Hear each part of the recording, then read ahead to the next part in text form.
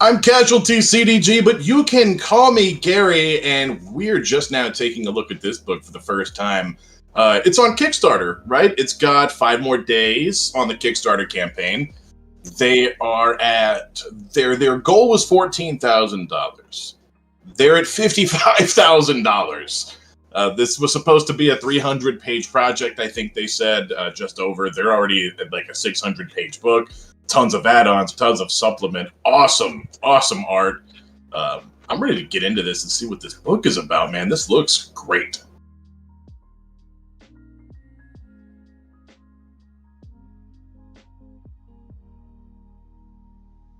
Right, yeah. This is like pre-alpha, right? I guess they're going to trim it down in between the end of the Kickstarter campaign. The company is called Game Machinery. But I tweeted them at Finland.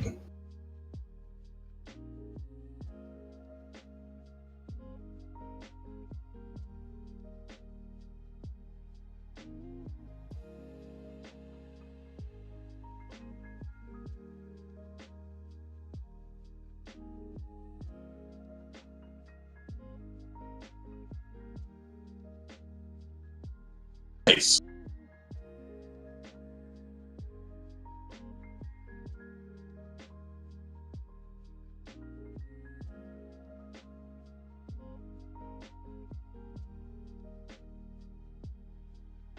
Yeah, it's not bad at all. They need to get their.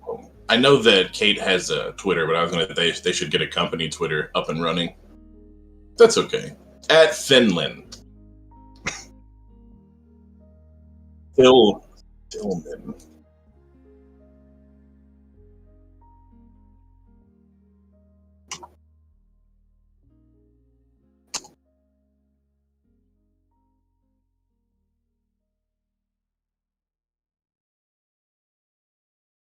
No, let's not finish the book.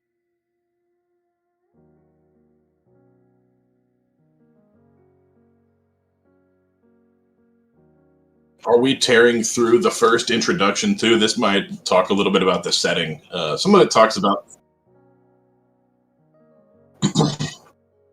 Yeah, so this is about the setting. Playing the game, first meeting. Yeah, that's an interesting.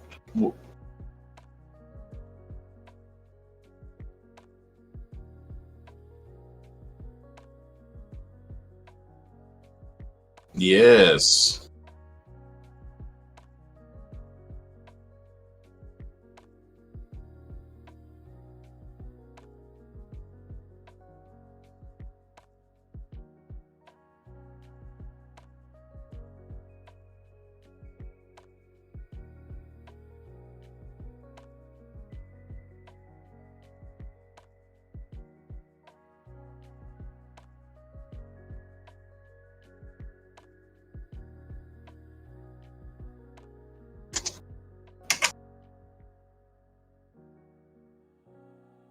I was looking at the different dice. Apparently, you need 3 6s, 4 8s, and 4 10s to play, which is just right above what you were reading.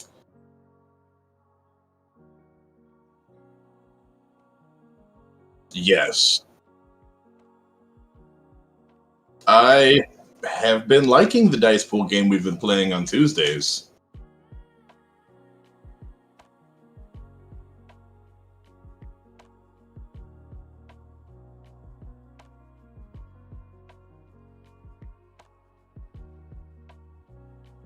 I don't know that one.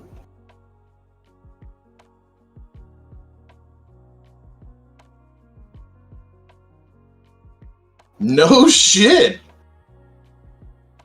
Man, this game, I might like this game more than I thought I would.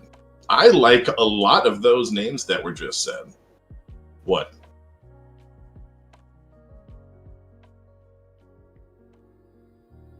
Oh no.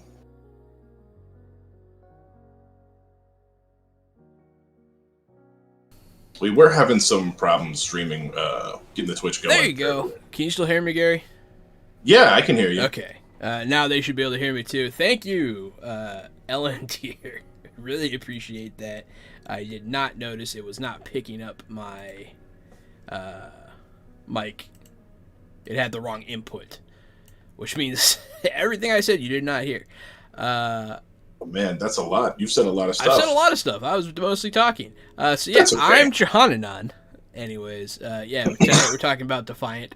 I guess I'll go back over some of the stuff. This is a dice pool game, like what Gary was saying. You heard his half. Anyways, the players take on the roles of defiant supernatural beings who rebelled against their calling. Rather than serving as the agents of the apocalypse, they stood against it. They are now a part of one of the Defiant domains protected from the apocalyptic presence, each with its own specific, usually demanding set of rules. And then I went on to say, this game takes its inspiration, they mentioned in the book, from World of Darkness, Fate, which I've always wanted to play, Houses of the Blooded. I didn't stumble this much the first time. And that's the one that we don't know. We haven't played that. I don't know that one. Apocalypse. Everyone nowadays is becoming more familiar with Powered by the Apocalypse. Iron Sworn, which I don't know about. And then we were surprised to hear City of Mist was mentioned in this book, which is very cool. Amit Moshe, the creator of City of Mist, is a friend of the show. And so it's cool to see his game reaching into these other facets of the TTRPG commercial. Yeah, I would not be surprised if City of Mist became a Hulu show or a Netflix original or something like that. Look, I'm not going to say it would last 10 seasons. I don't know. It depends on who produces it and who's in it, who the actors are. But the story, Netflix, the idea, the legends, they're all there. It's great. It's ripe. The whole setting is fantastic. It's just, what if it gets made into a show? Will it be good? I don't know. That's neither here nor there. But it deserves, it would be a fucking show, man. If you've ever read the comic book Fable or played the game Wolf Among Us, City of Mist kind of has a lot in common with that, where you are these beyond humans, these legendary beings that are trying to live normal lives. And this kind of has some of that, for sure. But I definitely get a World of Darkness vibe from this game. The next page, Pleasures of the Flesh and Mind. One of the reasons the Defiant stand against the apocalypse is their desire to experience everything the world has to offer. Defiant are creatures of grand ambitions, hungers, and resources, often indulging in the earthly pleasures. While the adult themes do not have to be in the center of your game, they are likely going to be a part of it. So this game is definitely geared towards mature themes, which we're all adults here, so. Don't play this one with your kids. If you're a kid, you're not supposed to be watching this because I have the warnings on. So you go. Well, I guess I was going to say, I guess it doesn't mean they shouldn't be watching it, but if they are, they know what they're expecting. I don't think they should be watching. We curse a lot. Man, when did we start watching South Park, though, man? Like 3rd grade, 4th grade? Yeah, we turned out so great. Well, let's inspire a whole other generation to be exactly like us. Oh, sorry. What's that, Mom? I'm a loser? Yeah, okay. Yeah, don't watch South Park, kids. The things you'll get to do. While the exact plot depends on the players and the game master, here are some things that you'll likely get to do during this game. And so this is going to give you an idea of kind of what the game's supposed to be like. And I get strong changeling vibes from this part. Govern your court as a benevolent ruler or a harsh master. Fight others for fame, prizes, or satisfaction. Uphold the rules of the domain, sometimes at a great cost. Uncover personal secrets, both petty and dangerous alike. Work together to strengthen your province.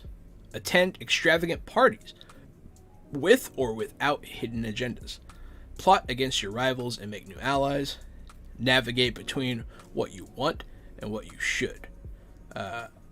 Battle the minions and the secret agents of the apocalypse. That sounds pretty cool. Build and cultivate relationships, some meaningful and others not. That getting strong changeling vibes. It sounds like you have this flock that you kind of have dominion over which in the case of Changeling, you are trying to protect your humans so that you can feed on them. Interesting. It's a somewhat parasitic relationship in that game, but it depends on how you play. It can be beneficial to both parties. So, but yeah. So, do you want to talk about the next page? Is this? Yes, I'm wondering if this is one that we need to read every word of. This is actually where they. So I've read the first bit of this in preparation because I like to do that. But this is where they talk about how they want the game should be paced, and it has television pacing. So I guess this actually is sort of important, just so you can get the feel for what kind of game this is. Yeah. Okay. The stories you play revolve around your characters. In Defiant, you're not playing the parts of bystanders or pawns. The plot will revolve around your characters, their ambitions, desires, their virtues and flaws. Using the rules of the game master tailors each episode to best resonate with your characters' personalities, backgrounds, ambitions, and vices. You'll play through Defiant through a series of episodes, each focused around different events in your characters' lives. The structure of the game resembles that of a TV series, with episodes grouped into seasons. A single episode is meant to be played out either during 1 or 2 meetings with the GM and other players. It usually takes about 5 to 8 hours of playtime in total, meaning you can either play it out in a single long session or 2 sessions of about 3 to 4 hours. Episode structure. Apart from the pilot episode, that's funny, that's session 0, I guess, huh? Yeah, they call it the pilot episode. I find it amusing. I like that, man, yeah. It gets a smirk out of me. It starts with players talking about their characters' daily activities, dealing with their problems at their courts. It's time for you to get to know your character's subjects and the issues to maintaining the holding. Each episode consists of 2 main threads, events that take place in the Defiant world that your character cannot ignore. It can be anything from attending a party held by someone important, dealing with a threat to your province's standing, conducting an inquiry on the Princep's behalf, to fighting an apocalyptic cult, participating in a ruthless tournament, or exacting harsh justice as demanded by the Archon. The threads are broad events, with plenty of time to delve into your character's goals, make new friends and enemies, and so on. While all of your characters participate in a thread, they can have different goals and attitudes towards it. Between the threads, there's time for your characters to explore personal matters, focusing on the things most important for you, even if they fall outside the spectrum of the main plot lines. Pilot episode is session 0. I don't really need to read that. We always do a session 0, and I recommend that everyone should do a session 0. It's a good time for everybody to feel each other out, get to know each other, talk about classes, and we've had a lot of fun talking about what types of scenes you want to see in a campaign, from, mine carts to tornadoes and stuff, and then submarines that popped up in our Cyberpunk campaign, bombs. It's always good to get what everybody wants out of the game, and the game master can kind of set the feeling and the pace. Yeah, ever since we started doing session 0s, I have no intention of going back to not doing them. Because they are, I don't know, it helps me a lot as the game master. Whoever came up with that idea is a genius, an unsung hero. Who's the first person you ever saw do a session 0? Do you remember? I don't think I ever saw anyone do it. I just kind of I heard about them, and then I did one myself. But yeah, I'm not sure. I have no idea. I think they started showing up in books and stuff eventually. Look at that. I mean, I guess what we did with the 5e playtests was the closest thing I've done to session 0s, where, we all had the rules in our hands and built characters and then played. This picture is fire. I'm going to have to click over to your stream. Oh, yeah, that is fire. That's fire. That's dope. Yeah, rules breakdown below. You'll find basic rules, blah, blah, blah. Personal themes that might be important. Yeah, these things seem like they'll probably be important. The player chooses personal themes for their character. They are the source of traits that make your heroes better at overcoming odds. Themes come with special questions you can ask anytime to influence the scenery or get interesting answers from the game master. There are also special rules associated with each theme, giving your characters an additional edge. Guide, socialite, or gem are all examples of personal themes. And it looks like, they sent me a bunch of stuff, and some of them were cards, There's a lot of cards you can use in this game. Yes, that help you. Character cards and background cards and things like that. I didn't look at them, but I saw the title cards. Challenges: whenever a character comes across a situation where their victory is not a given, and a potential failure would make for an exciting story, they need to face a challenge. It is a test of the character's skills and talents, a way to check if they can overcome the odds. The endeavors: your characters will be able to plot major intrigues, sway potential allies and lovers, reshape their provinces politically, and undertake grand projects. Endeavors are more sophisticated versions of challenges used whenever a character puts forth their own agenda and wishes to see it through. I do want to see how they implement that. That sounds interesting. And the traits. Traits represent your character's abilities, areas of expertise, or talents. Incredible voice, a knack for gadgetry, or friends in high places are all traits. Whenever a trait seems appropriate, you can use it in a challenge to increase your potential. Potential is how you upgrade dice in the dice pool, and it sounds pretty cool. When the character is, this is the potential actually right underneath this. When the character is taking a challenge, you need to sum up all applicable traits and subtract all afflictions that would hinder their effort. The number you end up with is the character's potential for the challenge. The higher the potential, the more likely it is the character will succeed. So potential is just your number, your success number. Not the difficulty value, but literally what your end-all be-all number is. Afflictions. Okay, we know afflictions. So you have minuses like wounded, distracted, destroyed outfit. Negative traits, basically, that decrease your potential at the end of a challenge. When you roll your dice, basic challenges are 3d6. Every point of potential upgrades one of your lowest sided dice to the next level. From d6 to d8, from d8 to d10. So having a potential of 1 would mean you upgrade 1d6 to a d8, resulting in your pool consisting of d6, d6, and a d8. Having an impressive potential of 6 would mean all of your dice would be upgraded to d10s, giving you a total pool of 3d10. Cool. All die results of 5 or more count as successes, regardless of the number of sides. So when rolling a d6, only 5 and 6 are successes, while all results from 5 to 10 are considered success on a d10. The more successes you roll, the better. 1 success is a mixed blessing at best, while 3 successes result in a decisive victory. Okay. And then, all right. Shards. I heard the words. I'm going to let them sink into my brain while you read. Alright. Each player character has a pool of shards they can use to improve their chances in a challenge. Spending a shard before the roll adds an additional d8 to the roll, resulting in a 4-die pool. The die is upgraded just like the other 3.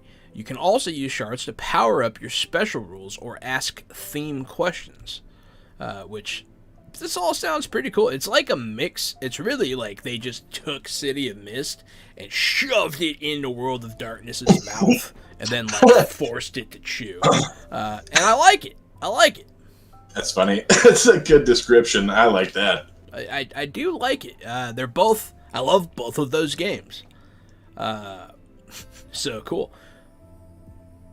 So non-player characters, while NPCs possess archetypes that are similar to traits, they do not undertake challenges. The player is always the one to roll the dice. Whenever the NPC's archetype comes into play, for instance, when the player character is trying to sneak past a guard with a vigilant sentry archetype, or is attacked by someone with a reckless warrior archetype, each appropriate element of the NPC's archetype lowers the player character's potential by 1. While any aspect of the archetype that would hinder the NPC's chances adds 1 to the character's potential. So it sounds like City of Mist tags that influence a World of Darkness dice pool, which is really cool. Here we go. I was excited about this part. So this book actually has lines and veils in the book. It sure does. So anyone who's either new to the TTRPG community or is an old school person that hasn't really been exposed to some of the new school. Lions and Veils are becoming an increasingly common thing in TTRPGs, and they are put there to make sure everyone is comfortable at the table. And I really like them. I play with a lot of people that have issues with, PTSD, therapy. Just, I play with a lot of people that have some, trauma in their lives, and it helps them. It helps me not overstep my bounds.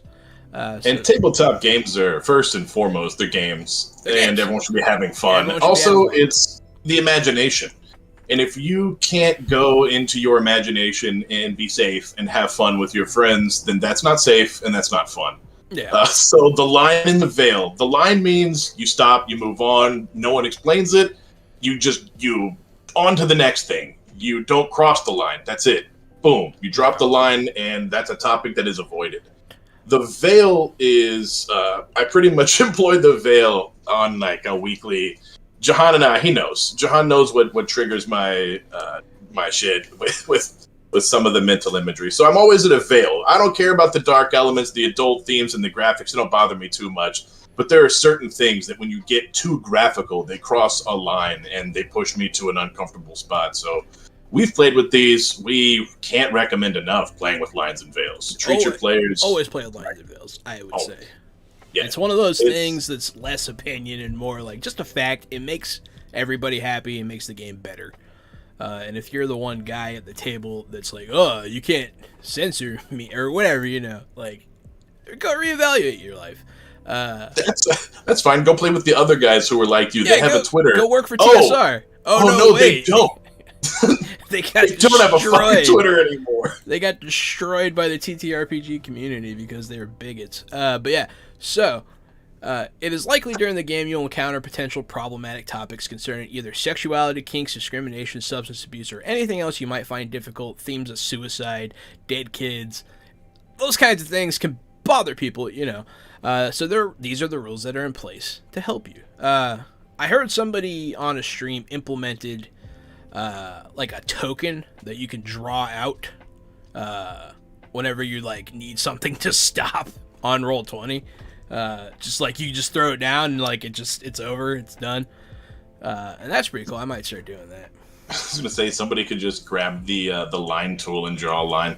Yeah, like this. The line. You should use the line card whenever you feel uncomfortable with the topic or proceeding in the game world and wish to exclude them from the game. You do not have to explain your decision. If you feel bad about an element of the story or something happening to any of the characters, use the line card. You can also do this when you're the game master. It's for everyone. And so, yeah, that's good. And then the veil, sometimes you might be okay with the game element, but you don't want it to go into detail. And that's a very common one, too. Like, people can go have sex, but you don't want to hear about the insertion. Like, that's fair. That's understandable. That gets, like, as a game master, running that stuff can be very problematic. It can get out of hand. It makes everyone uncomfortable. So, that's what veils are for. But I do like that that's in the front of this book. I was going to say, like, for me, a great veil is like hanging, man. If there's, like, hanging bodies, that's fine. We could say that and move on. We don't need to investigate them, talk about them, bring them up again, touch them, pull them down. That's fine. Just veil it. That's fine. They're hanging bodies. Let's move. We're good with that. Yeah. Oh, man, who drew this picture? Quentin Tarantino? Oh, look at all those feet. 6 feet. I think there's a human caterpillar inbound, my friend. Oh, man, a sexy human caterpillar. That's redundant. Defiant. Oh, here it is. Here's the Defiant inspirations. So it's man, Dave, look at that. You were right. American Gods. That was one of the ones that you said was big inspiration. Yeah, American Gods. I love that book. If you haven't read it, check it out. Neil Gaiman's a genius. So they're talking about their inspiration for the game, cultural heritage. We can bounce past a lot of this, but yeah, American Gods, Underworld, Constantine, series like True Blood and Shadowhunters. I haven't seen Shadowhunters. Sounds cool. And so does Tidelanders. What the hell is that? And then they talk about Sandman, which is also Neil Gaiman. So and apparently Iron Sworn is PBTA. Oh, okay, Powered by the Apocalypse, cool. Yeah, World of Darkness, like I said, I thought we passed this already, which is why I was talking about it earlier. Fate, Houses I'm surprised you were able to remember so many. I have a notebook. Oh, I thought you just had a steel trap for a brain. I do. I do tend to remember things, but no, I took notes. And then there's City of Mist. How cool is that? They shove a bunch in at the end, like Mouse Guard, Dogs in the Vineyard, Nobilis, Pendragon, Ars Magica, Urban Shadows, Firebird, Colt, Blaze in the Dark, and Sorcerer. Okay.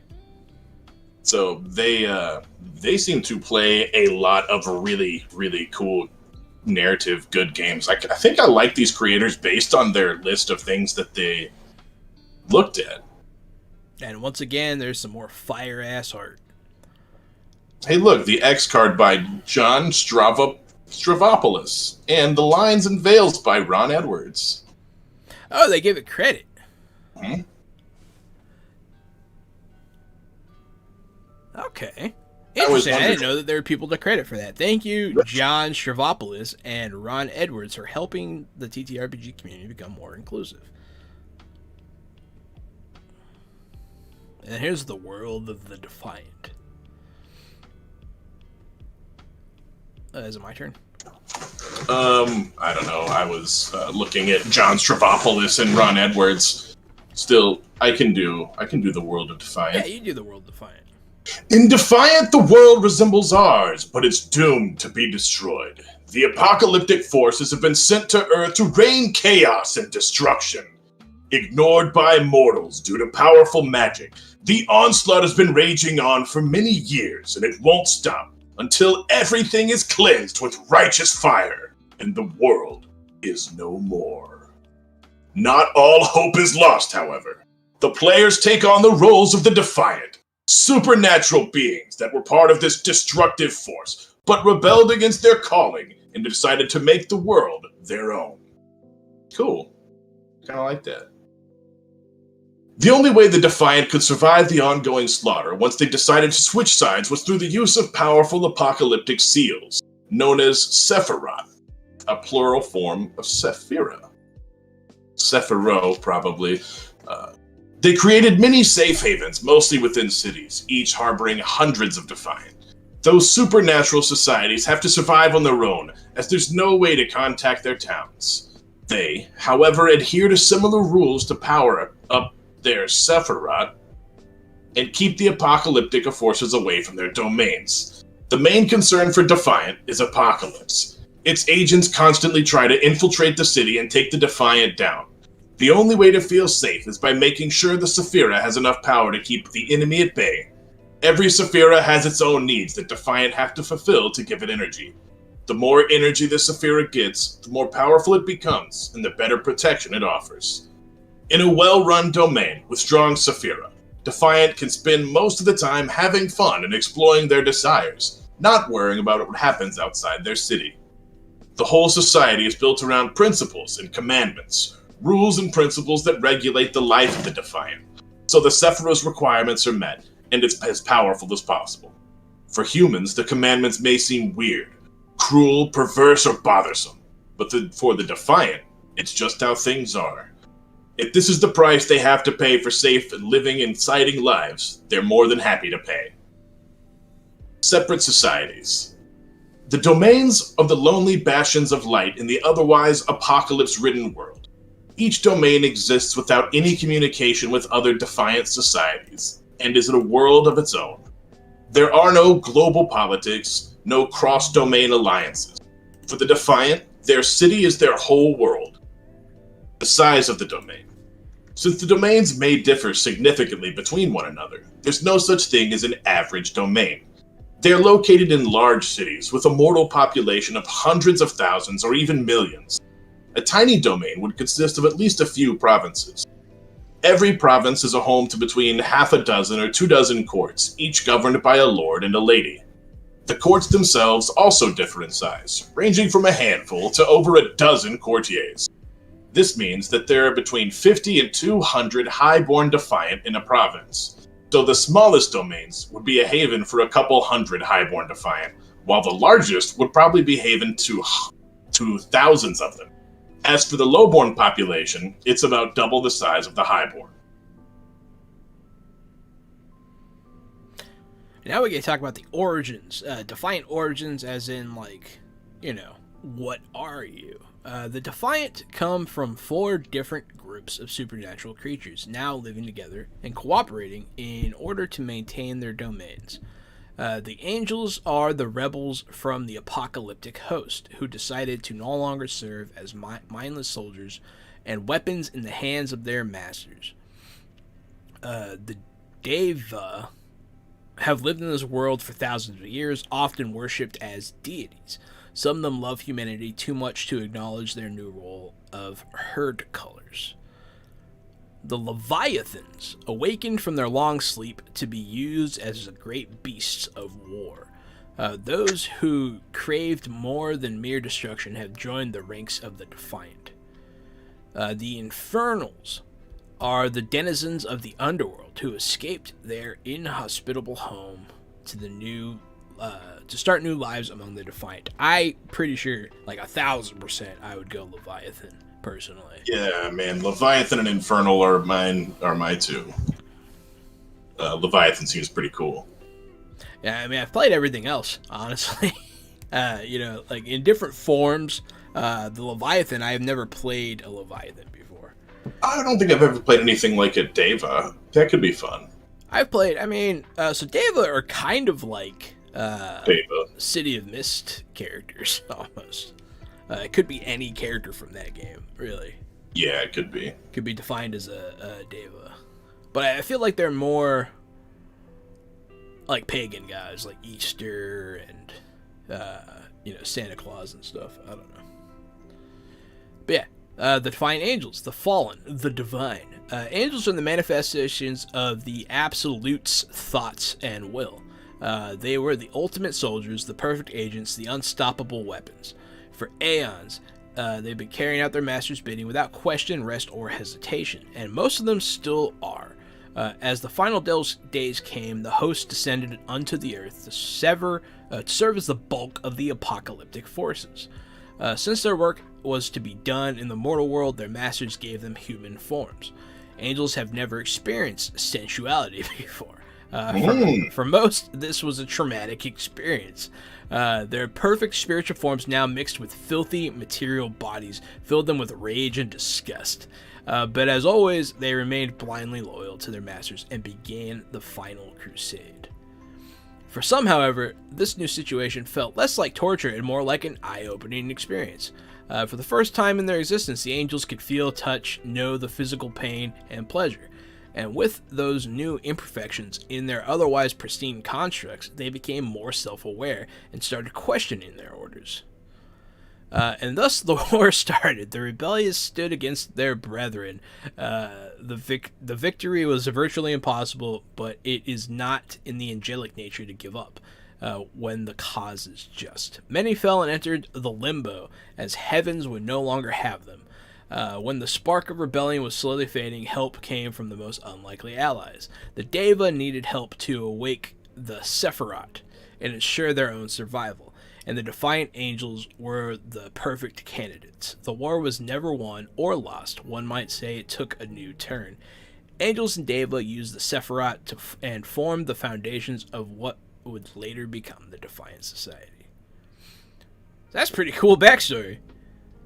And that's just the Angels. That's just the Angels, yeah. The Outlook. After the rebirth in the Defiant domains, Angels appear human, though their beauty seems a bit too harmonic and too perfect for mundanes. What really gives them away are their eyes seem to almost burn with intense color. When spending time among the Defiant, many choose to assume their angelic form, showing off beautiful bird-like wings. The Defiant Deva, the worshipped and dethroned. Some say Deva were sentenced to live on Earth as a punishment. Others see them as spirit protectors of this world, the embodiment of human prayers. The Deva emerged around the time of the first civilizations and have accompanied humanity ever since. At the peak of power, they enjoyed a godlike status. They led mortal followers to glory, or toyed with them for amusement.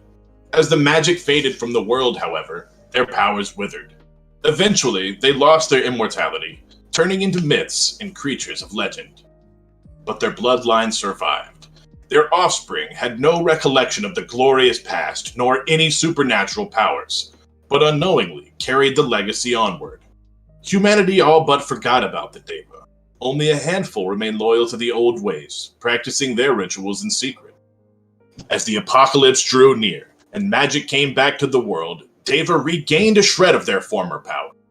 After reincarnating for millennia in mortal bodies, a few of the old gods realized their true identities, while numerous descendants of the ancient deities formed new pantheons. It quickly became clear they had a role to play in the upcoming apocalypse. They were offered a last, final chance to bathe in glory before perishing forever. They could regain full power and become the mighty gods of old.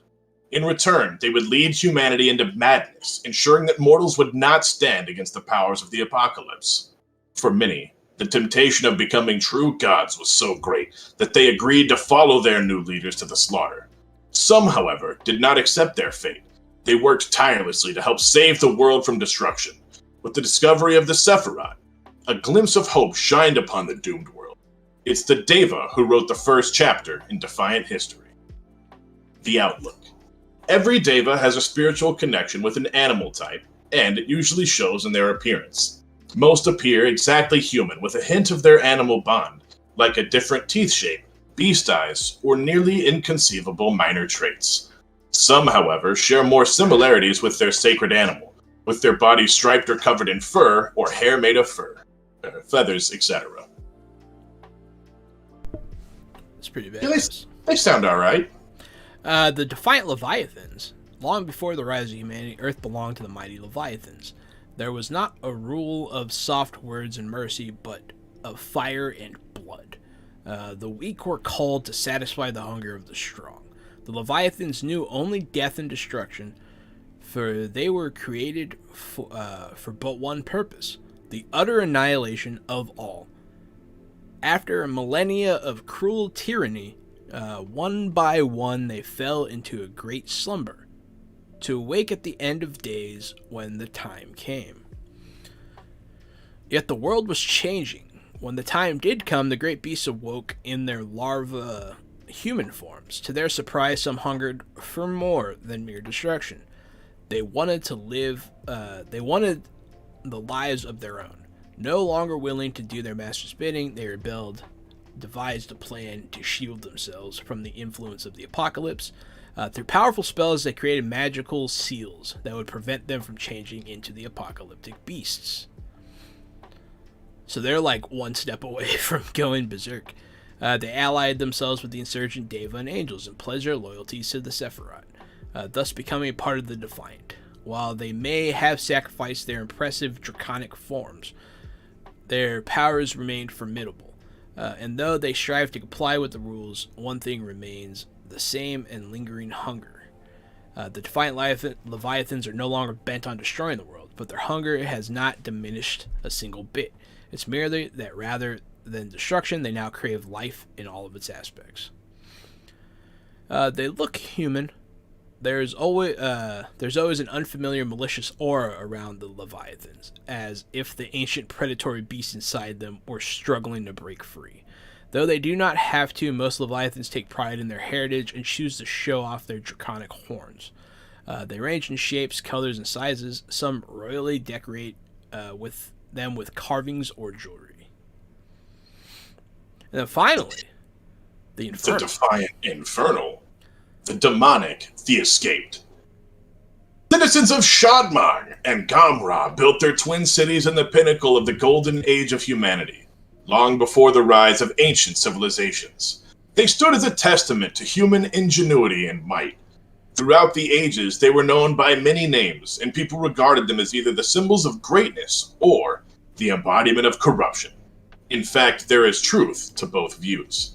The greatest minds and foulest souls filled the city streets, creating a one-of-a-kind society of ambitious free thinkers, insatiable decadents, and ravenous adventurers.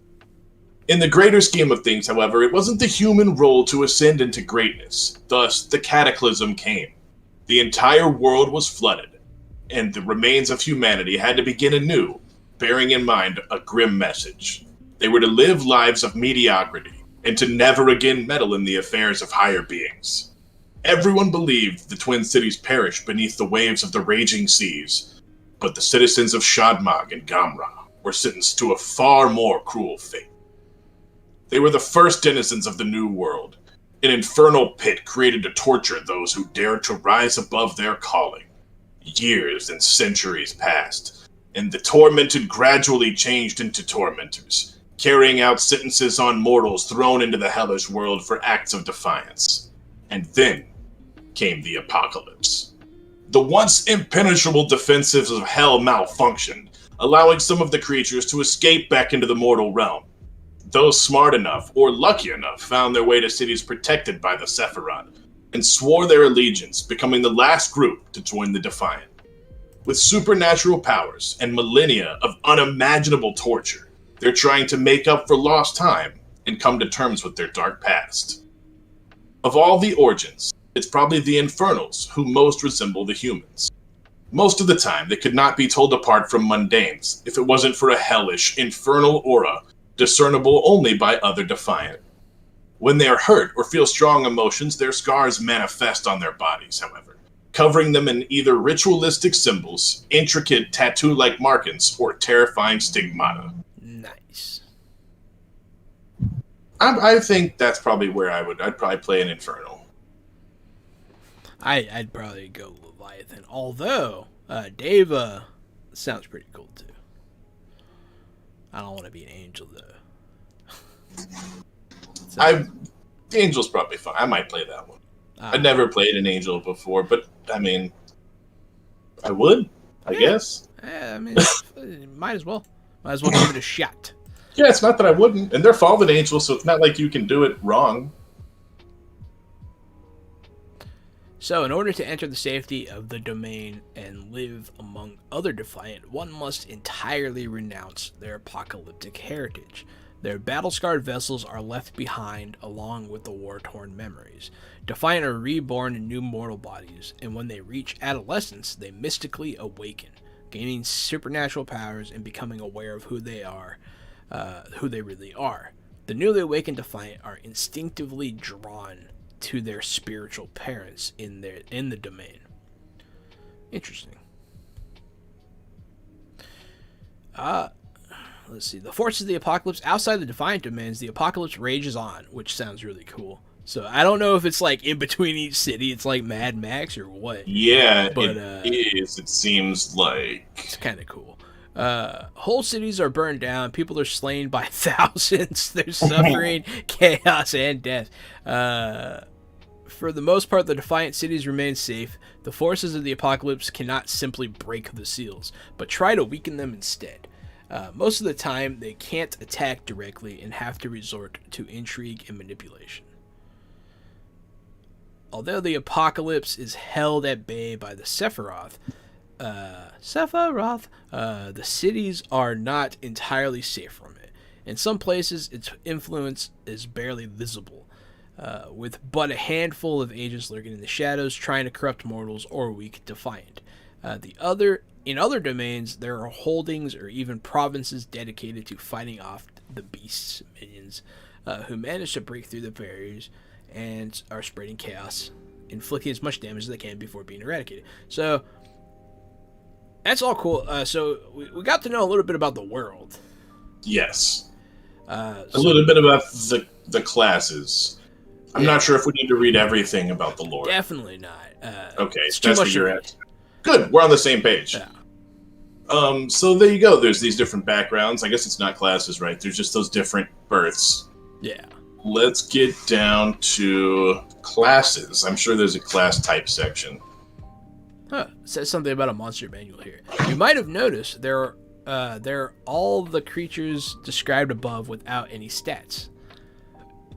Most lesser horsemen use the same mechanics as other NPCs, blah, blah, blah. As for the stronger apocalyptic entities, you'll find some suggestions on how to make them. Okay. Gotcha. So you can make whatever you want. If you scroll down like 2 pages, there's that highborn flowchart. The Hierophant, Archons, Executors, Yeah, is that a thing? Yeah, we can look at that. I feel like it's kind of a cool thing. Like, this is how the setting works. These are their different lords and such, right? Yeah. Yeah, go ahead. So at the bottom, that's where we should start, right? The Bloodborne. All Defiant descending from one of the major or minor houses who do not hold any of the above titles. They live under the rule of the lords and the ladies. So Bloodborne is your bottom. Right above that is royalty. The Defiant lords and ladies, overlooking their holdings and working together with their principes to bring glory and prosperity to their provinces. They are the absolute rulers of the courtiers. They are assigned Bloodborne brethren. Princeps, I think. Princeps. It's like princesses, except you have a speech impediment. I know it's supposed to be princeps. It's weird to see it plural. Princepses. Okay. Princep is the singular version. The first among the lords in their provinces. Each princeps governs in a single region. I guess it is Archons.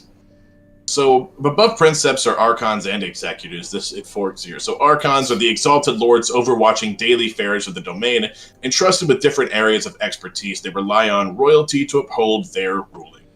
And across from that is executors, the trusted few tasked with enforcing the rules set by the Hierophant, allowed to exert any force necessary to fulfill their sacred mission.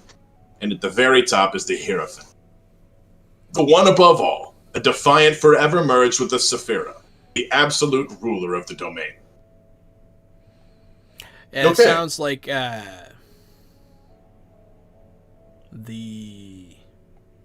sounds like vampire. What do they call it? They have that's like the way the vampire courts work. Vampire. It's called something. It starts with a C. Camarilla. The Camarilla. That sounds like the Camarilla hierarchy. Just FYI. Laws of the domain. We can skip that. I want to get to, like, the guts. Oh, here's some guts. Someone's guts about to get beat up right there. Look at that. Dang. Beating up them guts. There was a sex picture. Sex picture? There's potential royal activities. Here's a bunch of, like, some missions examples, it seems like. Where's that? Page 60-ish. Page 60-ish. Yeah, 61. This picture reminds me of that scene in Constantine before she jumps. That's what it looks like. Anybody else? No? Okay.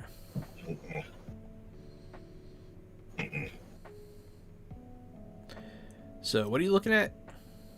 It was page 61. It was like, here's things that your players might find themselves doing as royal characters. Oh, okay. So it's just kind of examples of gameplay, I guess. Some of that, yeah.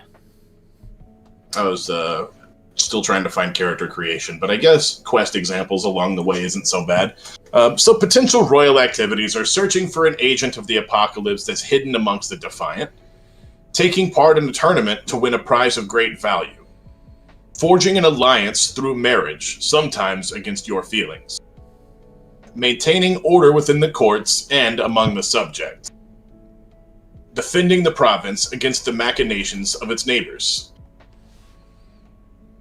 struggling to comply with Defiant laws, clashing with an apocalyptic raiding party that managed to enter the city, navigating between political factions, coping with hunger and desires in a world that has too much to offer.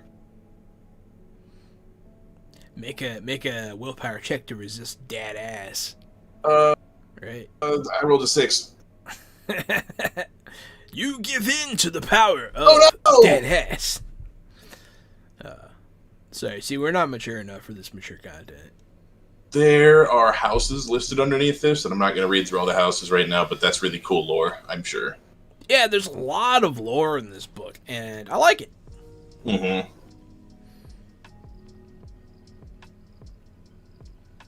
I wonder if me scrolling through this stuff makes people, like, motion sick.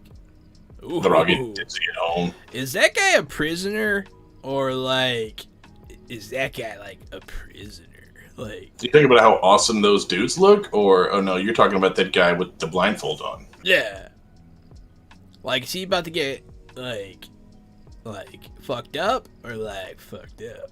Like, I don't know. Just asking. I'm asking for a friend. Okay. How about the next guy? I didn't know there were vampires in this game. Jeez. I like this guy. I like that he's like, look at my nipples. It's funny. Next one down has got some dope armor. I'm not sure how you put that on or take it off, but it's dope. I don't know if I can show that on this thing. Well, fly on down to the next one. It's a horse.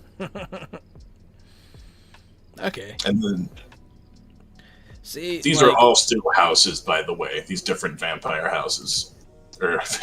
These different, not vampires at all. These different Defiant houses. What are these guys, Leviathans? No, the Leviathan bloodlines are down on page 88. Mature themes, watch out. Oh, wow, those people's eyes got all fucked up. What are these, infernals? They look like infernals. They're all lawyers. It's kind of funny. There we go. Oh, I got to the first meeting session. First what? The session 0 stuff. Where's that at? Page 100. That's how far I've gotten. It's still... I'm down to page 101, page 102. It's still all about the first session 0. It's still cool art. Don't get me wrong. Along the way, stop and look at it, but it's all session 0 stuff. Players new to Defiant. We've created a few useful tips and pieces of information for players who do know RPGs, but are going to play Defiant for the first time.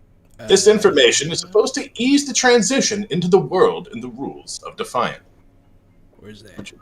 We are on page 103. Not a rags to riches type of story. Your character will not start at the bottom of the food chain and do not have to slowly work themselves to the top. You play as royalty, lords and ladies with established position and prestige. Apart from extreme situations, the character's social standing will not be endangered during the Chronicle. The same could be said about their potential and abilities. While the characters may expand their powers, it's a very slow process in Defiant. It's not a game focused around characters' advancement, at least not in a traditional way. Action taking place in a single domain. Rather than traveling from one point of interest to another, the characters in Defiant are more stationary. The domains are vast, with many different provinces and places of note. It would take dozens of episodes to get to really know it. Nevertheless, the Chronicle does take place in a single city. Your characters will have more time to develop relationships, as they are likely to stumble upon the same NPCs on different occasions. They should also be wary of the consequences of their actions. It's one thing to anger a village chieftain in a fantasy game, whom you're unlikely to meet ever again. But making an enemy out of the princeps of a neighboring province is an entirely different matter. He'll probably remain a constant threat and a constant problem to deal with.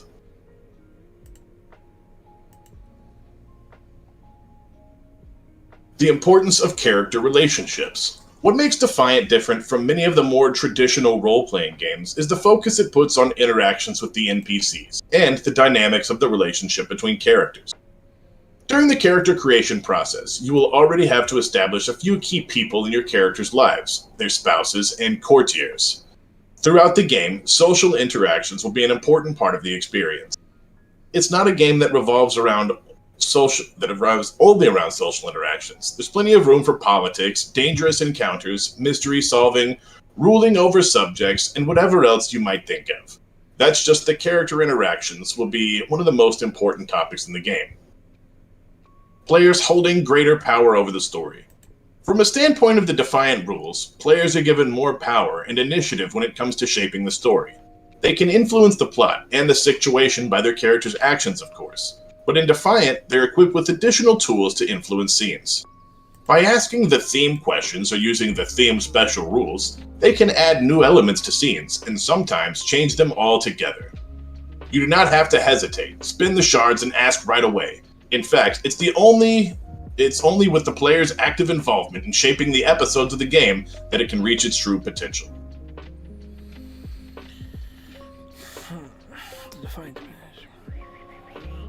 So that's about picking the domains. Mm-hmm. Pick domains or make your own, and then line and veil. Page 109 is character creation. Finally. Okay, cool. 109 pages in. It's kind of funny, actually. That is kind of funny. That's pretty deep in the book, I'm not gonna lie. It's pretty funny. I'm gonna grab some water. I shall do the thing. So step 1. Origin exclusive personal themes. There are 9 special Origin exclusive personal theme cards in the set. Shuffle them and give 3 to each player. The card informs the player of the origin of their characters, angels, deva, leviathans, or infernals, and their unique personal themes. Give them a moment to read their cards. Now each player has to choose one of the original exclusive personal theme cards and discard the rest. One of the cards does not contain a personal theme. If someone draws this card and decides to keep it, they can choose the origin themselves and then pick 3 non-exclusive personal themes instead of 2. Step 2. Each character concept is based around 3 personal themes. The first one is related to the character's origin. Now it is time to choose the other 2. This sounds City of Mistish. Shuffle the 12 personal theme cards and hand each player 4 cards. Give the player a moment to read their cards, ask them to choose 2 themes, and put the rest on the table. If one of the players decides on the no origin exclusive theme, they can choose the third, blah, blah, blah. So it sounds like you're going to be drawing these cards and kind of picking stuff. So it does. It's interesting. Let's read one. Here's the Gem personal theme. Your allure is exceptionally even by the standards of the Defiant. Traits: eyes, seductive, innocent, memorizing, confident. Remarkable trait: naked body, grace, voice, touch. We're grown-ups here. I'm sorry. Appeals to origin, gender, status, personality. And so you got to pick some of those traits, essentially. Questions. Who here will do anything to claim me? Okay, interesting. How am I the center of this event? What token of appreciation am I about to receive? Those are funny. I like those. Because that kind of runs the gamut there. Yeah, it does. Pretty concisely. I like it. Special rules. You can make a challenge to put someone under your spell. They can't stop thinking about you, and winning your heart or claiming you becomes their highest priority. Spend a shard to make anyone you know show up in the scene looking for you. That's funny. That's really cool. Yeah, no, I like that. Trouble. Unwanted attention for someone dangerous. So it sounds like you have players have a good deal of narrative control in this game, which is pretty cool. Pretty cool indeed. So house cards. Lay down all house cards on the table in 4 separate rows, one of each origin. Give the players a moment to read all the origins house cards. Everyone needs to choose a house for their character from the cards corresponding to their origin. It's okay for 2 players, if 2 players want their characters to be from the same house. They will need to share the card, though. So only 1 card for each, which makes That's right. sense. We're not printing doubles either. No printing doubles. What are you, insane? You can't have your own, and don't take a picture of it with your phone either. Step 4, martial cards. All Defiant rulers are expected to have spouses. It is now time to learn about the character's marital situation. Shuffle the 9 marital. Damn, this gets into it, dude. Shuffle the 9 marital cards and give 3 cards to each of the players. Ask them to read the cards and pick one. After everyone has chosen their marital cards, put them on the table face up next to their theme cards. If a player has chosen House Octo for their character, The marshal card informs them of the general situation with their 2 spouses. Okay. So one of the houses you have to have 2 spouses. It's a lot of spouses in those houses. You can have 2, it looks like. You can make one a consort. Okay. They can either decide that it portrays one of theirs as consort and the other one has no additional impact to the rules, or both, blah, blah, blah. So spouses, that's fun. Hi, Jenny. Hello! Speaking of spouses. Yeah, speaking of spouses, summon my spouses to my houses. Hi, Jenny. I love you. If you're just now joining us, we are looking at Defiant, the role-playing game, live now on Kickstarter from Game Machinery, a Polish company run by a husband-wife duo. All well about said, sir. Apocalyptic supernatural beings living in these safe haven cities. It sounds actually really cool.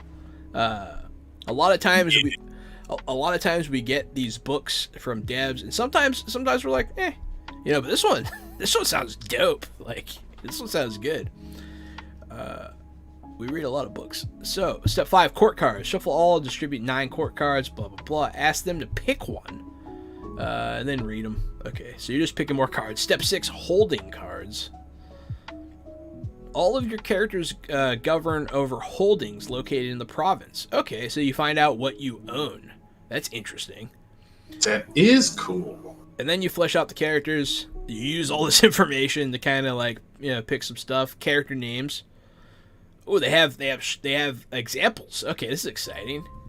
Angel names are similar, regardless of their house. Male names usually end with Tron, Rion, Al, like Havatron, Setharion, and Adriel. The female names Withia, Ale, Venethia, Beneviel, and those are hard. Those are hard for me. Benethia, Beneviel, and Dinea. Deva derive their names from ancient languages of the cultures they originate from. So look up Aztlan, Greek, and Egyptian names if you're not satisfied with the ones written on the house cards. Infernals take up human names. Okay. My name's Jonathan. The fuck? Jonathan's one of them. That's funny. And then Leviathans have strong, hard names with lots of R's, S's, and H's, like Hasara, Vagrash, and Asir, and Rondara, which is dope. It's pretty cool. So when we looked at those traits earlier with the seductive eyes, it looks like you just write down one of those. There's just a couple of those things on there. You just pick something, yeah. Yeah, you don't. You're not all of those things. No, you don't pick all those things. I thought it was like, this is your character, and I was no. You pick from each area. I like that. That's kind of that's the City of Mist stuff pushing through there, shining through. It is. You're pretty much picking tags. Mm-hmm. They're just helping narrow it down, which is kind of cool. Yeah, so far, no complaints. Like, a lot of times we're going through these indie games and we're like, I would change this, I would change this. This is pretty, it's pretty accessible, pretty simple. No notes. Very cool. No notes so far for me, which is rare. I always have something to say. This unique trait at the bottom of 113, design a trait of your own for your character. It can be pretty much whatever you want, either wide or specific. Like Cold Manipulator, Board Game Champion, Empathetic, Race Driver, Unsurpassed Duelist. Go with whatever you like. That is very Fate. That's like Fate. That's why I like Fate so much. It just didn't matter. You're like, well, whatever. Your skills, whatever the fuck you want. Man, we need to talk about Fate sometime. That's the one I've always been interested in. Yeah, we need to play World of Darkness and Fate, and we need to play what's it called with the trees and the tree ships. Oh yeah, Wild Sea. We need to play Wild Sea, and now we need. Isaacs say that he would consider running us? Yeah, he did. He said he would. He said he would do it this summer. Oh, cool. Yeah, we should reach out to him. Yeah, we should. I'd like to play that game.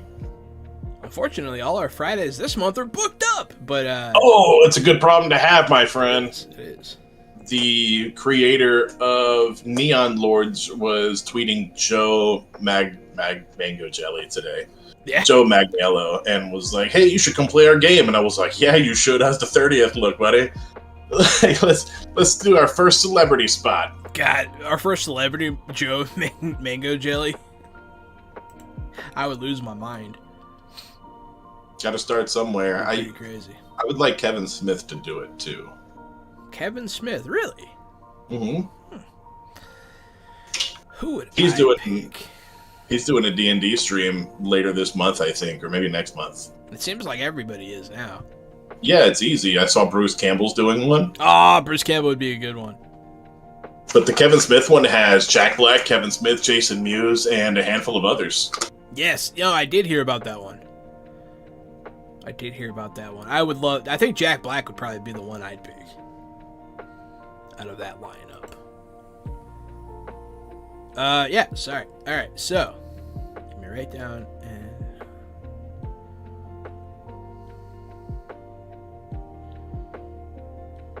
Okay, so origin powers. All origins possess their own unique sets of supernatural powers. They're summarized on the character sheets. Yeah, they actually have a unique character sheet for each origin.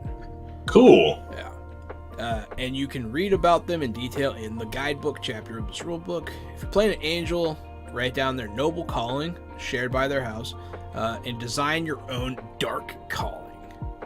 Angel of fear, of anguish, of darkness, of death. I guess that's what they're going for. That's cool. We're playing a Deva. Pick a spirit animal for them, specific for their house. Write down their followers' trait and decide on the form of nourishment. It's interesting. Like that one goddess in American Gods that like eats people through her vagina. Oh no. It was crazy in the book, and then when they showed it on screen, it was wild, bro. It was wild. Like, it was straight up wild. And like the whole time they're getting eaten, they're like, "Yeah, this is awesome!" Like they're like super into it. Oh god, it's. I guess of all the ways to go, that one ranks right at the top.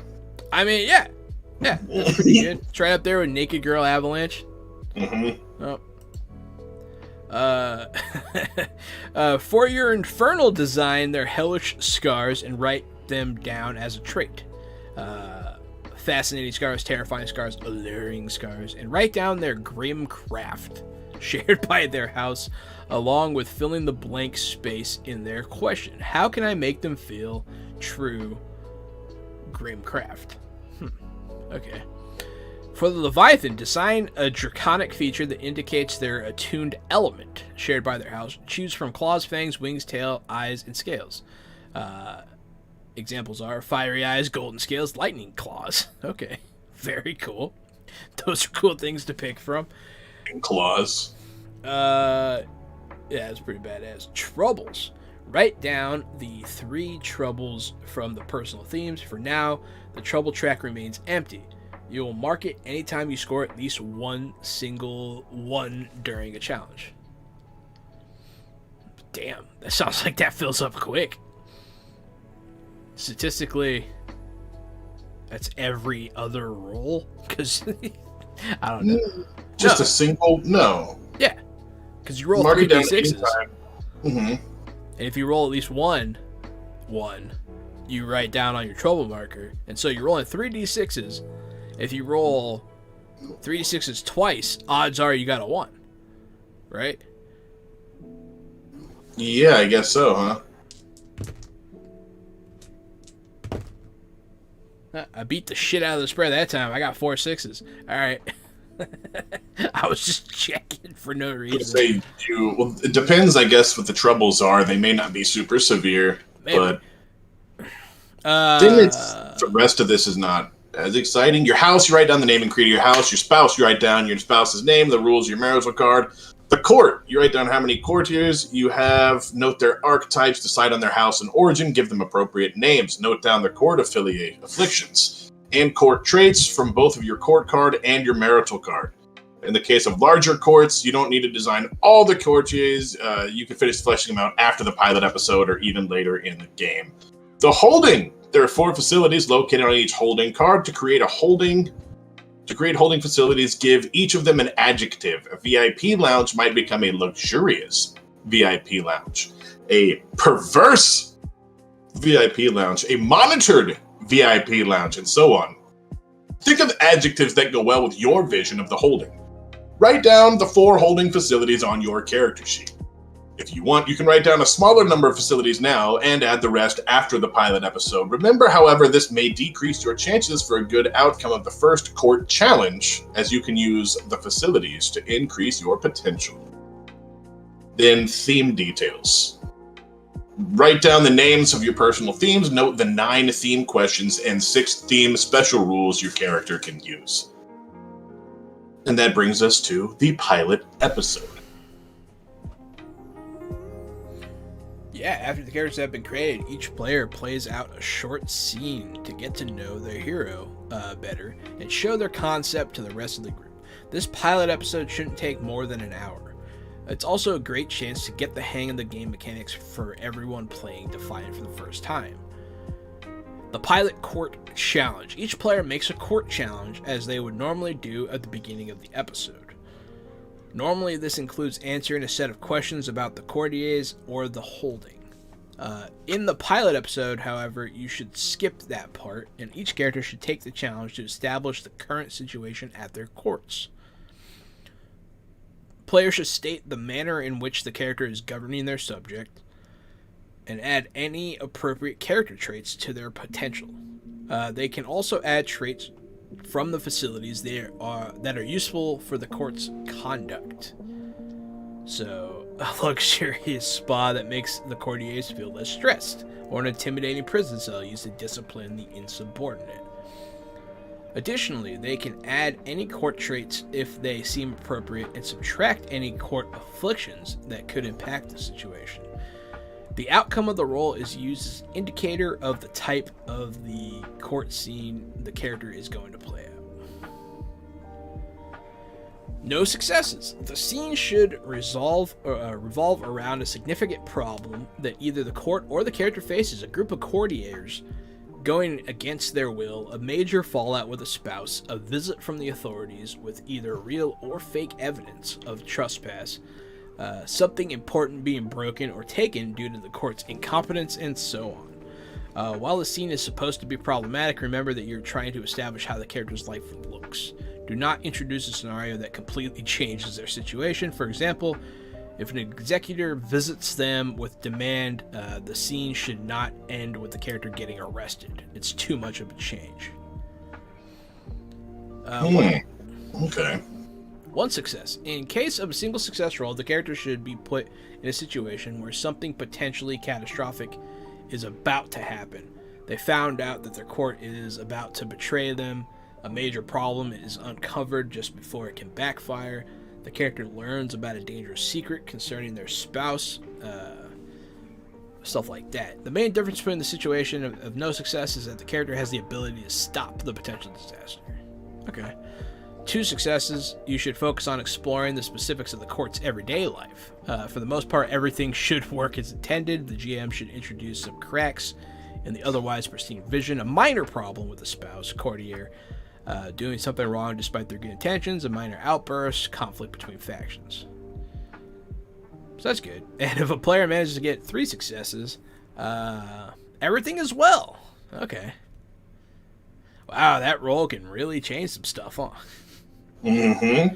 Everything can be either sunshines, daisies, or you're like about to go to jail. Well, 2 successes is conflicts and dealing with problems, right?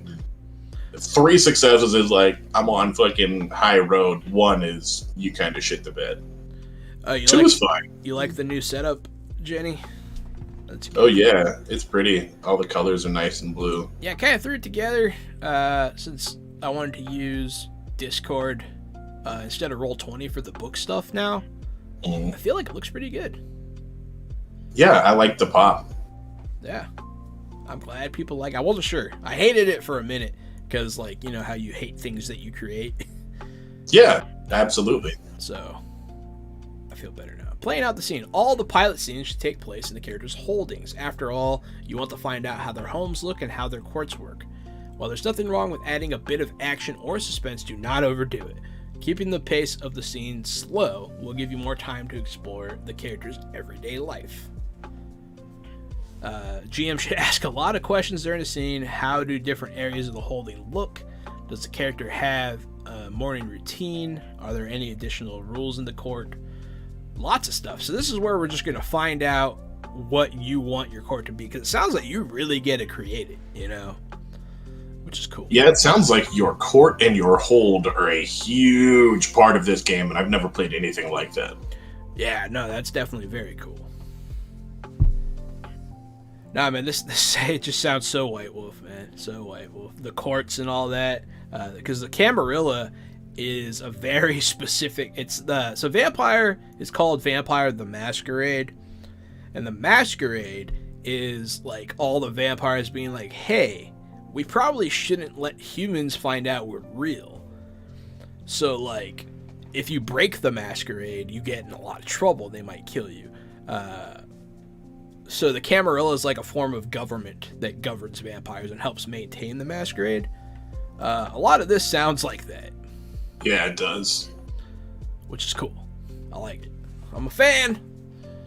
So the next couple pages talk about how you can play with 2 players or even a one-on-one experience, and how that works in this game, how to do it. Basically, you get to pick your cards you want instead of picking them at random. The rules are set up for 3 players and a game master, so there's just a few optionals to make it a one-on-one experience, which could be really cool.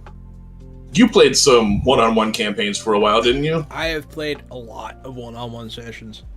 I have never done that. It's interesting. It's different. It really does. Everything focuses on you. You really drive the story. You know, a lot of it hinges on you at that point. You gotta bring it. Because, like, the whole issue with it is that there's no one to pick up the slack. You know what I mean? Right. So, like, if you're not having anything to do, like, no one else does either. Like, you're just gonna, I don't know. I'm pretty good at self-directing in games, but some people have issue with it, so. It's something anyone can learn. It's a good way to learn. Playing the game? What? Playing the game. You gonna check that out, Gary? The structure of the game, the chronicle, yes. I'll look at this. I think I'll look at this. Yeah, I'll look at this. This chapter is meant to be used by players and game masters alike. You'll find all the main rules of the game, along with detailed explanations on how to use them and some examples. Whenever you're unsure how to interpret a rule, or how to proceed during a session, start by checking this chapter for answers. The structure of the game. In Defiant, the game is structured in a way that helps the players tell a complete and satisfying story without getting lost along the way. It's similar to the structure of a TV series, and divided into episodes and seasons. The Chronicle. The sum of all people, places, and events the players encounter playing one character is called the Chronicle. Each Defiant Chronicle revolves around the events in one particular domain. Characters do not travel to different cities. They rely on the local Sephira for protection against the apocalypse. Their holdings are all located within the same province. Each Chronicle is played with different player characters and may take place in different domains or different provinces within the same domain. Chronicles are a great way of telling stories focused on player characters and social interactions. You get to know a wide cast of interesting Defiant, form strong bonds, start rivalries, find love interests, friends, and enemies. The player characters will encounter both allies and adversaries with their own backgrounds and traits. Moreover, all characters' actions will have consequences. The heroes won't be able to leave for another city if they mess things up, and things don't turn out the way they expected. On the other hand, they'll become more than random adventurers, going wherever their fate leads them. They'll have their own place in the world, and they'll get to build something, carry out long-term plans, and have meaningful relationships with other Defiant. The Season. The game is divided into seasons, much like a TV series. Usually a season comprises between 6 and 10 episodes. All seasons are part of the same chronicle, so they take place in the same domain and focus on problems of the same province. However, every season is a separate story that unveils throughout the episodes. The new season may start right after the events of a previous one, or the players may decide some time has passed. The character's situation has somewhat changed. The episode. In Defiant, each season comprises of several episodes. One episode takes between 6 and 8 hours of gameplay. It's up to the group to decide if they prefer to put it into a single long meeting or divide the episode into 2 shorter sessions. The rules on how to make this work are located in the running the game section. The session. So these parts are kind of like the session, the scene. We know what those things are. But the first part of that I thought was kind of cool, the way that the Chronicle worked in the seasons and the episodes. I like it, dude. It actually gave me some interesting ideas for like a format. I think if we get deeper into this book, it actually starts to really show the format. This is basic philosophy of role-playing, controlling characters, taking an active part in the game, how to bring some of your characters to life, helping the game master and other players, and your communication boundaries. That's a problem I've seen posted a few times, is people who are playing a charisma character and they're not charismatic, or people who are playing an intelligence character and they don't fancy themselves as smart.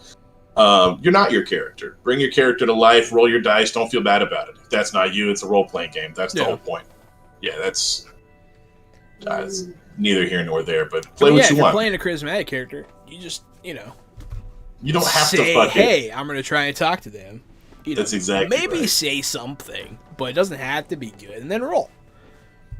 And if you're smart, hey, you get to make knowledge checks. You get to. You don't have to know quantum physics to be a quantum. I don't know. It's role play.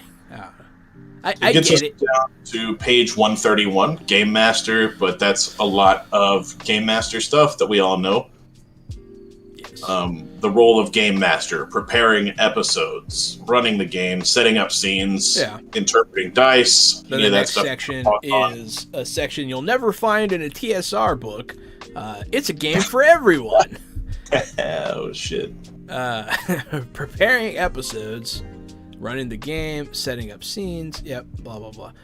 So, and then interpreting dice. So, I'm really wondering mechanically how this game works. I'm very familiar with dice pools, but I just kind of want to see more about what they say. Dialogue, doubts, undertaking challenge. Oh, here we go. I think this is it. Undertaking challenges. Throughout the game, your characters will attempt to achieve different goals. For example, they could try to overpower a group of thugs, gather information on secret Davil plans, break into another Defiant's quarter. I hate to bother you. What page are you on right now? I'm on page... the one with the cartwheeling dude doing kung fu. Let's see. I think 136. 145 is like dope as hell if you want to see how the system works. It shows a flow chart for the dice and your skills and how they apply. It's the rules of a challenge all shown on a flow chart instead of by words. Good. That's better for the audience too. Yeah, it's really pretty actually.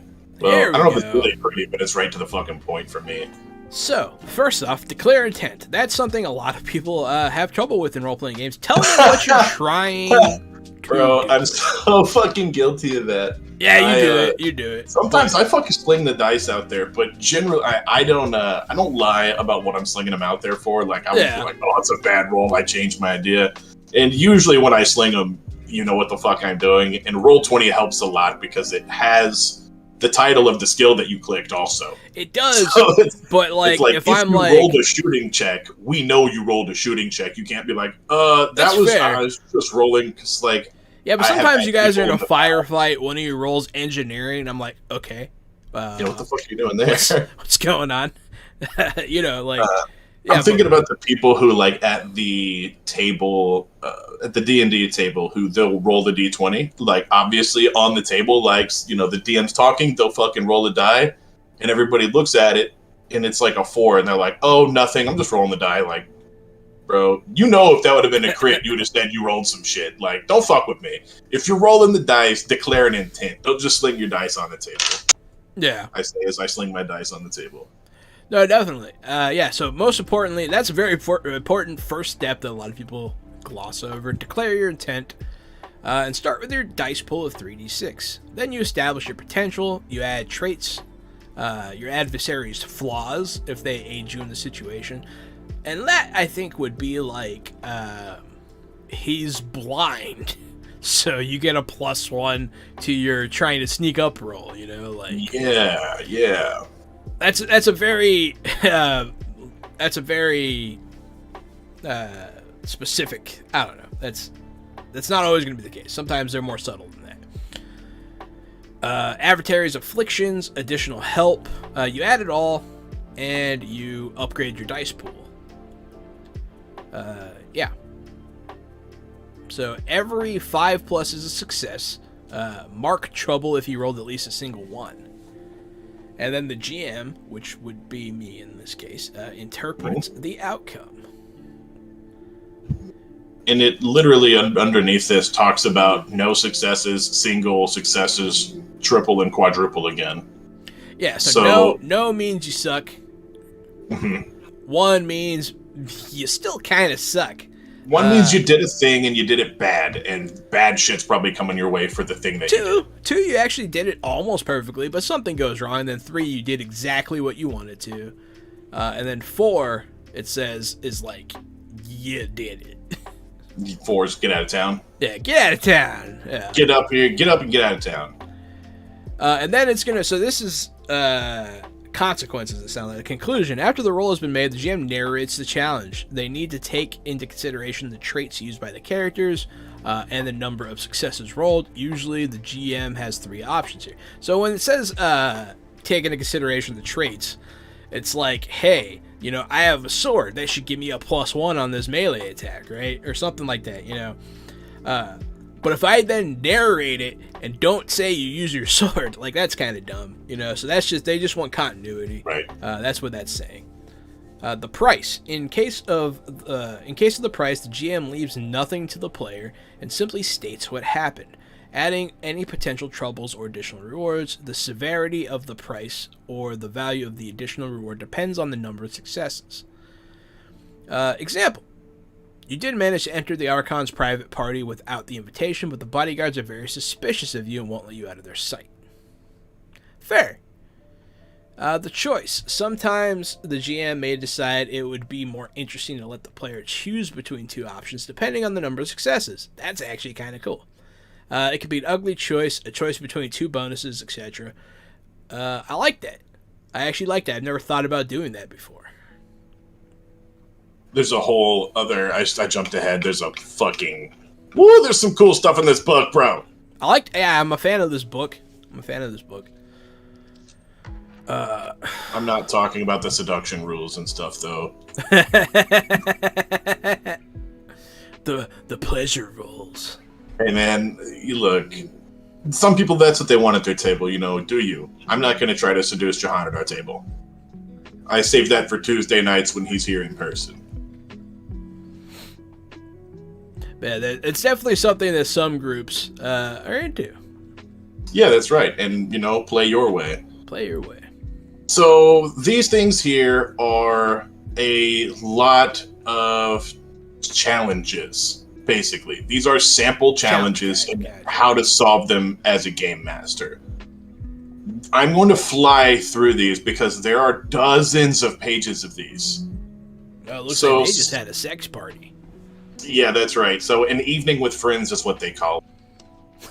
So you can do an evening with friends. You can do the talk of the province, otherwise occupied, a brave new venture, reorganize your court, flirting and seduction, a chooser, not a beggar, the half-open relationship, enter the ice queen, question or preference. These are all different types of scenes. So those are romance scenes. These are fights and action scenes now. Puny mortals, the duel, trophy hunting, street race, full-scale battle. Here are some puzzle and mysteries. Basic Google Foo, which Google Foo is if you see a picture of like a guy in a jersey with his team, you already know the team, and you know you have like a rough year or whatever. You could just Google that and find the information. It's saying that you don't have to go to the library and do research and sneak around. You just have enough to Google Foo it. An intricate puzzle box. CSI Defiant. Forbidden Tome. Not enough data. There are also socializing and etiquettes that you can do. This goes on and on. I mean, these are all samples of things. Relationships and intimacy. And endeavors. That's where I was trying to get. Endeavors is a different system in this game that I'm not used to. When a character sets to achieve a greater goal, or puts a complicated plan in motion, where it takes time or effort to thoroughly study a problem or person, they need to undertake an endeavor. Endeavors are a more complex version of challenges, used for plots, gambits, and intricate proceedings. They can take many episodes to complete, and can be worked upon throughout the whole session. Yes, and if you scroll down, you can see endeavor tracks. So you can kind of get a visual, just a couple pages. Yeah, you can get a visual for kind of what it's going to look like. And there's also an endeavor flow chart on page 181. Interesting. So that's the number of successful it's kind of the successes you need to do it. If you're looking at a simple endeavor, you have a small track. You only need a couple of check marks. And these can go on over multiple episodes and even a whole season while you're trying to uncover another character's master plan or something they're doing that's complex. And same for you. You can set things in motion the same way that people can try to, track you down or figure out their own plans. It says once per scene, character may undertake a challenge to progress one of their endeavors. Interesting. Yeah, the endeavors, I think, that's what I was looking at when I was like, bro, I scrolled down a little bit. These are really cool. I like that. Because really, I mean, at the end of the day, it just helps players understand their agency, Yeah, it does. And that's the hardest part. Yeah, whenever you forget that a player has, like, some armor at the shop to pick up, and if they have it written down as an endeavor that they're getting this custom armor made, then they can push their own narrative, help push their own story, and make sure it's happening. Yeah. And they can see it happening, and they know it's coming. They're going to get their armor back from the armor shop. This game is very player-driven, which is another way that it's very much like World of Darkness. World of Darkness, like, I'm not going to be like, hey, a guy shows up to your coffin with a quest. Like, it's not really like that. You're trying to do things. You're trying to shake things up. You're trying to, you have goals. And it drives the story. Other, lords and ladies and principalities and things around here doing their going abouts. I'm sure that helps drive your story as well. Yeah. Oh, here we go. This is a nice flow chart. Clarify the goal. Set up the progress track. And take the opening challenge. So it looks like a simple thing is 3, a complex one is 6, and then a master plan looks like 9. And then, so who's it at the expensive? A royal will add 1. Or of royals or authority can add 3? Yeah, so if it's at the expense of multiple royals. Right. If it's the expense of a royal, big deal. But if it's the expense of royals or authority in general, that's not good. Yeah, goes against the province law. 1, 2, 3. Strength strengthens up to -2. Commandant or province. Oh, if it helps somebody, you can reduce. If it's a commandment or a law of the province, and you have an endeavor that applies to that it's part of the law that you're upholding, then it's too easier to do it. Okay. And then you take the opening challenge. At least a single success. Oh, so that's just... So a single success will give you a slash, but you need to X all the boxes. Yep. Interesting. So this is cool. This is a cool system. That is exactly what I was talking about. This is very cool. I like that. I like this. This game.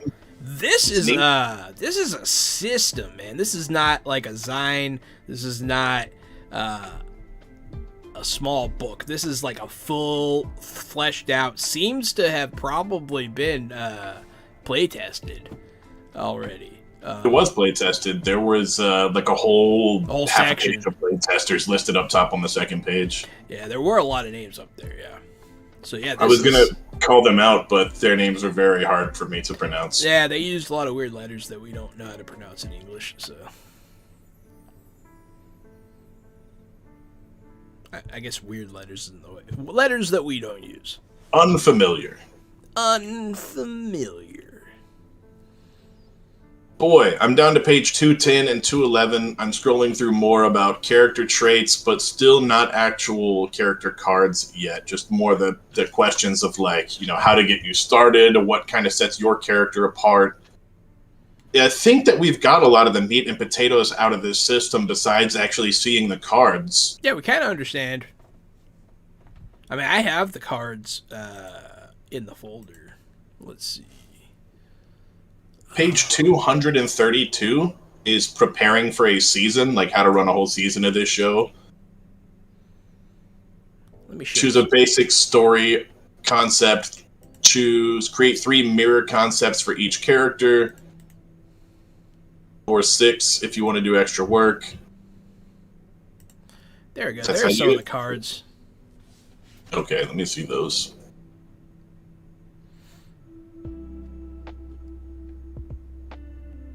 Oh, these are marital themes. Okay. So marital themes, like you could be best friends with your wife or spouse or whatever. Eager admirer, influential lover, newlyweds, perfect companions, ? Political unions, power struggle, shared legacies, or voice of the heart.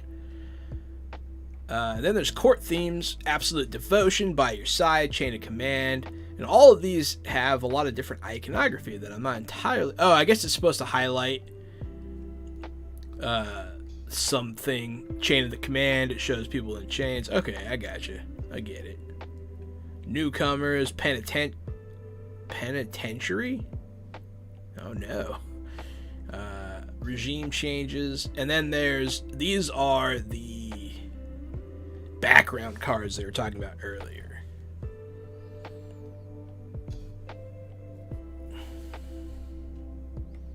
Looks like there's 2 of each. There's the Ardent and the Pure for angels, the Divinity and the Thirst for the Deva, the Primordial and the Siren for Leviathans, the Fate Dealer and the Executioner for Infernals, and then there's blank. So you know how every of the classes of the races has special rules? Yeah. Whenever the Infernal wants to regain shards, which are like the points that you spend to cast spells and stuff, you have to find yourself appear. You have to appear before someone who knows your true demonic name, and you have to assist them. And if you don't, you can't regain shards until you do. Where is that one? I opened the Defiant character sheet Infernal. The way you were telling me earlier that they all have skills listed on them, that's the one at the bottom left. I gotta check this out. Yeah, so also, for the record, everybody watching, they have every race, I guess not race, but every background has their own specific character sheet. I think these are just placeholders. The originals, I'd imagine, would have some art. This looks a lot like a White Wolf character sheet. Does it? Yeah. Okay, it's Infernal Special's true name. Mm-hmm. Oh no, bottom, but below that. Regaining shards. Yeah. Grim Craft, Hellish Scars. Yeah, man, that's cool. But yeah, so these cards, and then there's personal themes as well, and then house cards. So you're gonna have like one of each of these, and they will dictate your character creation essentially. So I don't know, it's pretty cool. I like it. I like it a lot. This game has a quick start on their Kickstarter. Does it? It does. I saw it earlier. I didn't make a big deal out of it, but if you want to play this game, you or your friends, or you want your friends to think about playing this game, go to their Kickstarter, which I can drop in the chat now. You can. Boop. I was just about to do that. There it is. Yeah, so you can go to their website, check out their, looks like that code got messed up there. I clicked on it and it still worked. I think I double posted it, perhaps. Yeah, it worked for me. Okay, cool. Yeah, it's ugly, but it works. Here you go. I'll show you the Kickstarter page. So this is the Kickstarter page. They've already done 55,000 of 1,400, 14,000. So they have 835 back. It's 5 days to go, y'all. And you can back. I think you can back just at a digital level if you just want, that. But they also, it looks like they're coming out with all these supplements, which, let's see, Vanheim Tower, House Camel, Birthright, Subjects, Bridgewood Guide.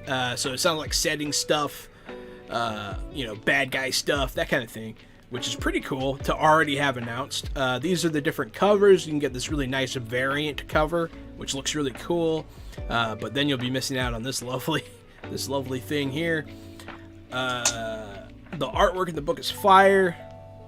I can't wait to see what it looks like finished, because the version we showed you is not the finished formatted version. It is just a rough draft, and it still is pretty cool. And I just shared a link for the quick start. It's on the Kickstarter, but through DriveThruRPG. DriveThruRPG, making things happen. Yeah, that's how they gave me my copy. So yeah, this is... Let's see, pledged here. So you get the PDF for $30, and all unlocked digital stretch goals, including the book Defiant Birthright when it comes out. And then hardcover is going to run you $60.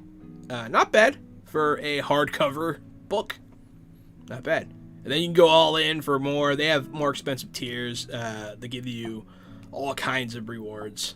I definitely, from what we see, we definitely like this game, I think this gets the fresh out the block stamp of approval.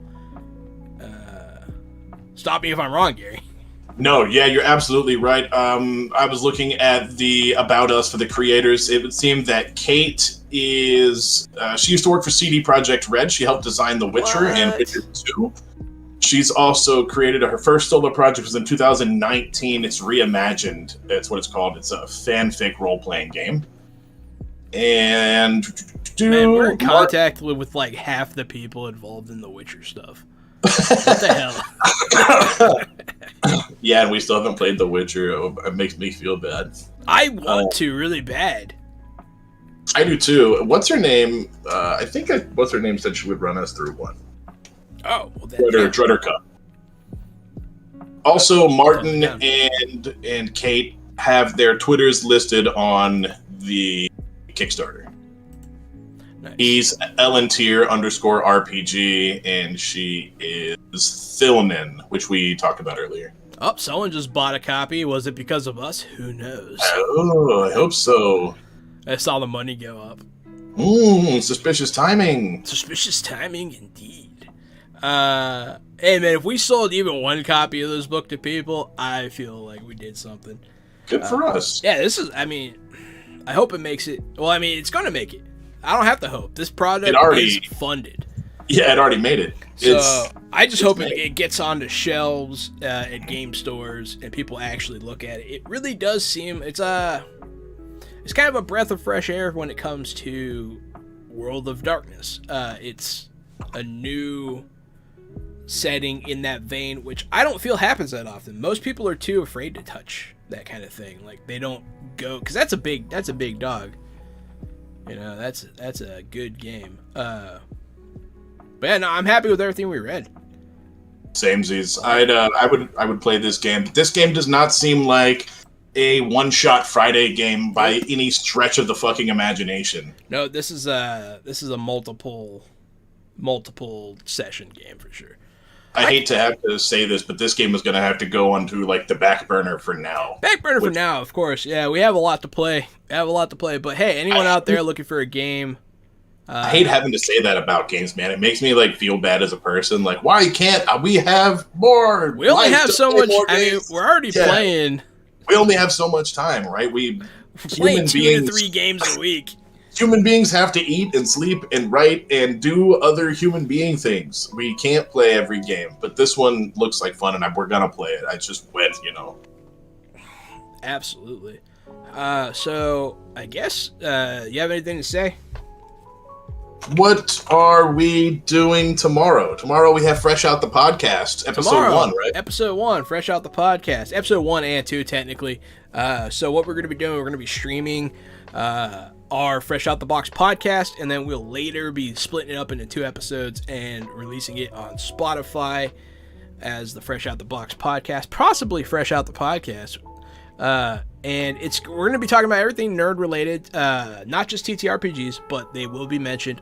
Tomorrow I plan on talking about a lot of Kickstarters, all the ones I'm backing, everything from video games coming out to toys to, what's new on Xbox Game Pass, Netflix, Marvel. Maybe we'll talk about Loki, the comic world. We might have an indie comic book creator show up on the second half of the podcast tomorrow. He's the creator of Ace Blades. Which, hey, if you're on Kickstarter right now, you can go check it out. It's on Kickstarter now. I believe it's already fully funded. And that's going to get you, I think, Ace Blades Volume 1 through 5. It is he's a black indie comic creator. So, always support black creators to the best of your ability. And he's been nice enough to reach out. He sent me a press kit. So even if he's not there, I will be talking about the comic book tomorrow. And it looks like pretty cool. It looks almost looks like Batman got slapped with an anime stick. You know what I mean? Like it's pretty cool. It's pretty cool. That's a great description. I feel like it's pretty apt. But yeah, it looks like a good book. I can't wait to check out what's in the press kit. We'll talk about that. Anything. We're all going to be choosing our own topics. It's going to be me, Gary, and our friend Drew Munhausen. Who's going to be helping us with the audio version and that kind of thing. He is a professional. He's a professional broadcaster. He used to work for... who do you used to work for? What TV network was that? He worked for CW39. He worked for CW39. And so we're going to have... producer, editor, writer, cameraman. He has a social medias degree from University of Oklahoma. He's a career social media guy and media guy. He knows his shit. We're just a couple of assholes. And he's gonna bring us some clout to this channel. Yeah, he's a cinephile. Loves movies. He knows a lot about trivia, comics. He knows more about comics than I know for sure. He knows a lot. So we're excited to have him on the show. Check it out tomorrow. Same time, same place. We're going to be doing that every other Saturday. We're going to be talking about maybe moving it to another day, but for now, every other Saturday. I think that every other Saturday was good, but there was it was just a pre-planning in the future. In case something happens, yeah. Yeah, maybe a Saturday won't work, but we are hoping secondary will work. So we're going to be playing 8 Central Standard Time every other Saturday starting this Saturday. I'm very excited. But yeah, we're talking everything from toys and cards to Netflix and video games and just everything in the vein of nerddom. So come scratch that itch and maybe learn something about your favorite hobby with us. All of us have our own areas of expertise, to be sure. And yeah, I'm excited. And then next week we have our Deadlands game on Wednesday, Expanse game on Thursday. We have our indie RPG on Friday. Yes, we do, and that one's going to be in a weird time slot, guys. I keep telling you. I keep trying to remind everybody who's a fan. I think. Tunes in. Yeah, it's like 1 or 2 p.m. Yeah, it's going to be in the p.m. Well, it's always in the p.m., but it's going to be early. It's going to be in the afternoon. The creator of the game, I think it's Dark Places, is UK based. Dark Places. That's right. Those Dark Places. It's UK based. He's an indie creator. We love having indie devs and indie creators on our channel. We would have had the Defiant people on if they didn't live in Poland, so it's just the timing doesn't always work. But definitely support indie developers, support small streamers, and yeah, I think that's good. Are you good, Gary? Yeah, I was just going to say Those Dark Places, the one we're doing next week, is made by Osprey Publishing. I just dropped their link in the chat as well. Oh, actually, and then the following Friday, we're going to be playing Smash Up with Plush One EXP's own Tony Vacinda, friend of the channel, sister show of Fresh Out the Box. He'll be here next week, too, on the 16th to play Those Dark Places. Oh, and he's going to be here this Friday, too. Oh, cool. I forgot that he was going to do that. That's awesome. And then at the end of the month, we have Neon Lands. Neon Lords. Neon Lords, which is... of the Toxic Wasteland. It sounds like a hoot. Toxic Wasteland. It sounds like Cyberpunk meets Fallout meets Gamma World. And that's going to be another indie dev running us through his game. And also, keep an eye out for Streets of Peril whenever that comes out. We're currently playtesting it off stream for the Streets of Peril creator. So, yeah, this has been Fresh Out the Box. Thank you so much. Go check out Defiant on Kickstarter now for the next 5 days. Have a good night, everybody. See you tomorrow.